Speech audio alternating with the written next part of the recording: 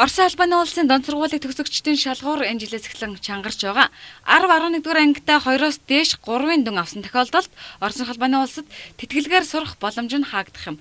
14-р сургуулийн төгсөгч дундаас энэхүү шалгуурыг давж 100% тэтгэлгээр сурах эрхээ авсан сурагчдын нэг нь Амар Мөрөн юм а. Оросын улсын төмөр замын их сургуулийн захирлыг ирэх үед нь шалгалтаа өгч ярилцлагадаач мөн тэнцсэн байна.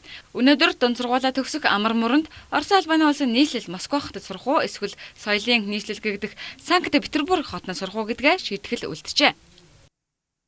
Эхэндээ ингээл үнэхээр амар санагдсан. Ингээл бүх юм шин ингээд бас том улс руу Орос руу явж сурах гэж байгаа гэдэг утгаараа бүх юм шинээсэн. Тэгээд ингээд сүүл рүүгээ одоо ингээд том болсноо хараад үргэлж ингээд өнгөрсөндөө байгаад байж болохгүй. Хүн цаашаагаа алхаж те өөртөө ихтгэлтэйгээр алхах хэрэгтэй. Тэгээд ингээд надаа боломжийг ингэж олгосон. Ингээд Оросын албаны улстай үнэхээр баярлж байгаа. Мөн сургуулийнхаа багш нарт бас үнэхээр баярлж байгаа.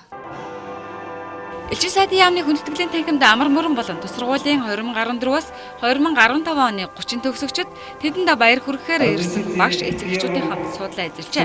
Төрийн дуулал ашигласнаар гэрчлэгээ гардуулах ёслол эхэллээ. Энэ жил тус сургуулийн 2 сурагч Орос албаны улсын боловсролын яамны онцгийн алтан медалийг авч байгаамаа.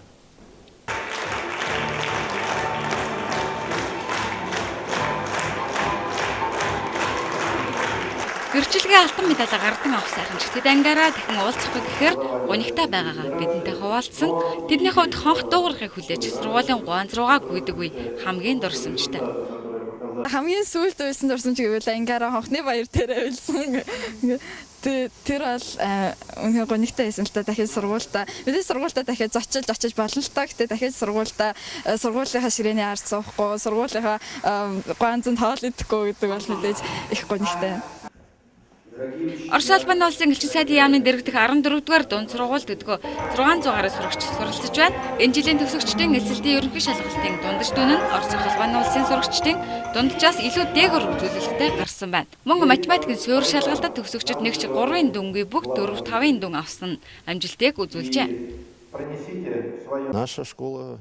Манай сургуулийн онцлог бол Оросын албаны улсын сургалтын стандартын дагуу боловсрол олгодог. Шилдэг сайн багш нартай. Орос гэрчлэгийг авснаар Оросын албаны улсад төдийгүй дэлхийн бусад орнуудад дараагийн шатны боловсрол эзэмших боломж нээгдэнэ.